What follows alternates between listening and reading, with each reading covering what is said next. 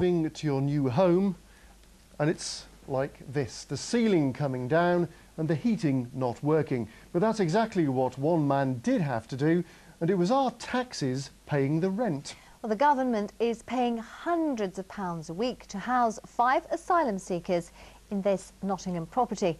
But now, after we raised concerns about its state, the Housing Association has ordered urgent repairs. Our social affairs correspondent, Jeremy Bull, reports.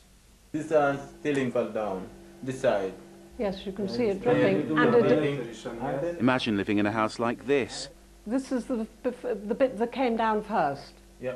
You can see through upstairs. There's been water leaking through this ceiling for months. When I paid a visit earlier this week, it was dripping down a light fitting. And it wasn't just dark, it was cold as well, because the boiler wasn't working. The electrician is nothing. Mohammed was given a room here last week and told that if he turned it down, he'd make himself homeless. This house is really disgusting. Everything is disgusting. You know, in about his, you can see central heating is not working, and people, they don't have a shower because they don't have a hot water. Good heavens, what a mess. What's happened here? The tenants aren't allowed to work because they're asylum seekers, so their rent gets paid by the Home Office, and that means we pay the bill through our taxes.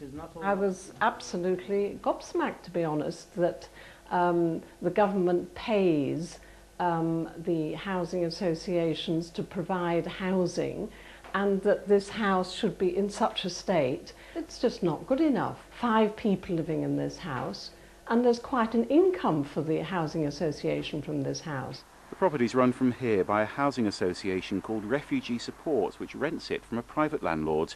It gets hundreds of pounds a week for the 5-bedroom house, and that contract sets out minimum standards. Officials here visit properties every few weeks, and Mohammed's housemates claim they raised concerns informally over a number of months. But Refugee Support told me they don't have any records of complaints before October the 1st, when an engineer was sent to check the heating but couldn't get in. And they say the ceiling wasn't reported until last Thursday. That prompted immediate safety checks and immediate action to repair the damage.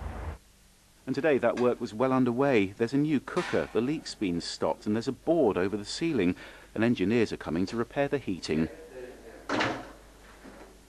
And Jeremy is with me now. Jeremy, is this an isolated incident? Well, Don, not according to the main refugee charity here in the East Midlands. Refugee Action told me just this week they've been dealing with a house in Leicester where 12 people are sharing one shower and a tiny kitchen, and they say they're spending an increasing amount of their time fighting accommodation providers over claims that they're not sticking to their contracts. So how much do these contracts work, and how much are they actually costing us as taxpayers? Well, basically they're a way for the government to keep costs down, because what they do is they make the big housing companies compete for contracts. Now, those companies often rent the houses out from private landlords. They have to check the houses are in good enough nick, and in fact at the moment across the East Midlands there are more than 2,000 asylum seekers who are being accommodated. So hardly surprising perhaps that there are sometimes problems. And actually, if you look across the country, this is all costing the taxpayer well over £100 million a year, so it's big business. It's a lot of money, isn't it? Thanks very much indeed.